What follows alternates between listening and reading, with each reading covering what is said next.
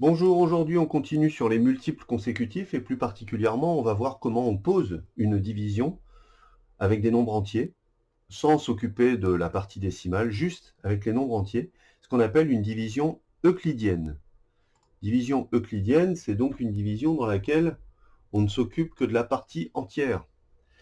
Et on va voir dans cet exemple comment on peut répartir 182 personnes autour de tables de 12 personnes. Combien il faut prévoir de tables de 12. Autrement dit, il faut chercher combien de fois on peut trouver 12 dans 182. C'est-à-dire combien il faut nécessairement installer de tables de 12 personnes pour que les 182 personnes présentes soient toutes assises.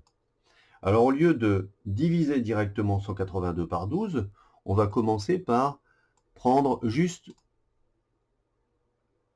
18 et voir dans 18 combien de fois on peut trouver 12. Alors, pour ça, on peut avoir besoin de la table des 12. Ça sert toujours, donc vous pouvez l'écrire sur le côté. Bon, 0 fois 12, c'est peut-être pas la peine. 1 fois 12, ça fait 12, ce qui veut dire qu'avec une table de 12, on peut placer 12 personnes. Et 2 fois 12, ça fait 24. En fait, 18, il est juste coincé entre les deux. Donc, dans ces cas-là, c'est pas la peine d'aller chercher beaucoup plus loin. 18, il est ici, entre 12 et 24. Donc, on peut dire que dans 18, il y a exactement une fois, et c'est là qu'on l'écrira, 12. Une fois 12, ça fait 12. Vous écrivez 12 ici. Et donc, on va soustraire 18 moins 12. On effectue la soustraction. Reste 6. Pour continuer la division, eh ben, on va prendre le chiffre des unités qui suit.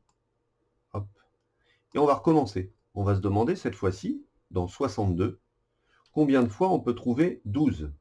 Dans 62, combien de fois on peut trouver 12. Là, il faut peut-être continuer la table des 12 un peu plus loin. 3 fois 12, 36. 4 fois 12, 48. Et ainsi de suite. Donc là, il faut aller un petit peu plus loin, jusqu'à 5 fois 12, qui font 60. C'est vrai que je n'ai pas écrit les multiples suivants. On peut les écrire. Donc, 4 fois 12, 48. C'est trop peu, puisqu'on veut aller jusqu'à 62.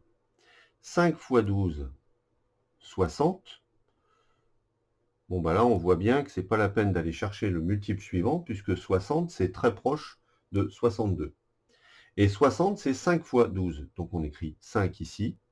5 fois 12, 60. J'effectue la soustraction. 62 moins 60, 2. Il me reste 2. Ben justement, qu'est-ce que ça veut dire? Ça veut dire que si j'installe 15 tables de 12 personnes, normalement, j'aurais placé presque les 182 personnes, mis à part 2 qui vont me rester. D'ailleurs, ce nombre-là, il s'appelle le reste. Ce nombre-là, le 12, ben c'est celui qui divise, donc c'est le diviseur. Le résultat qu'on obtient, c'est ce qu'on appelle le quotient. Et le nombre de départ, eh ben c'est ce qu'on appelle le dividende. Autrement dit, si on ne s'est pas trompé, si on fait 15 fois 12, donc 15 tables de 12 personnes, et qu'on rajoute les 2 personnes qui restent, ça fait exactement 182. Voyons voir ceci. On peut remplir complètement 15 tables, mais il y aura une table avec les 2 personnes seulement qui restaient en bas de la division. Attention, faites très attention, dans une division, le reste doit toujours être plus petit que le diviseur. Je retourne sur la page précédente.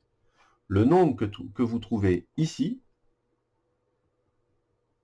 là, le nombre que vous trouvez ici doit être plus petit que le diviseur 12. Si ce n'est pas le cas, à toutes les étapes d'ailleurs, hein, le 6 aussi, à toutes les étapes, chaque fois que vous faites une soustraction, le reste doit toujours être plus petit que le diviseur. Si ce n'est pas le cas, c'est que vous n'êtes pas allé assez loin dans les multiples. Il fallait certainement aller chercher un multiple plus grand. Je continue.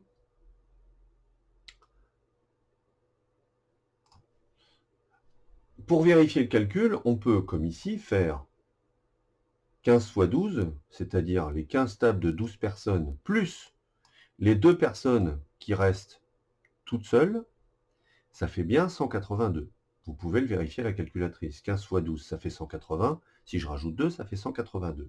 Donc dans n'importe quelle division, on a toujours le quotient, puisque 15, c'est le quotient, multiplié par le diviseur,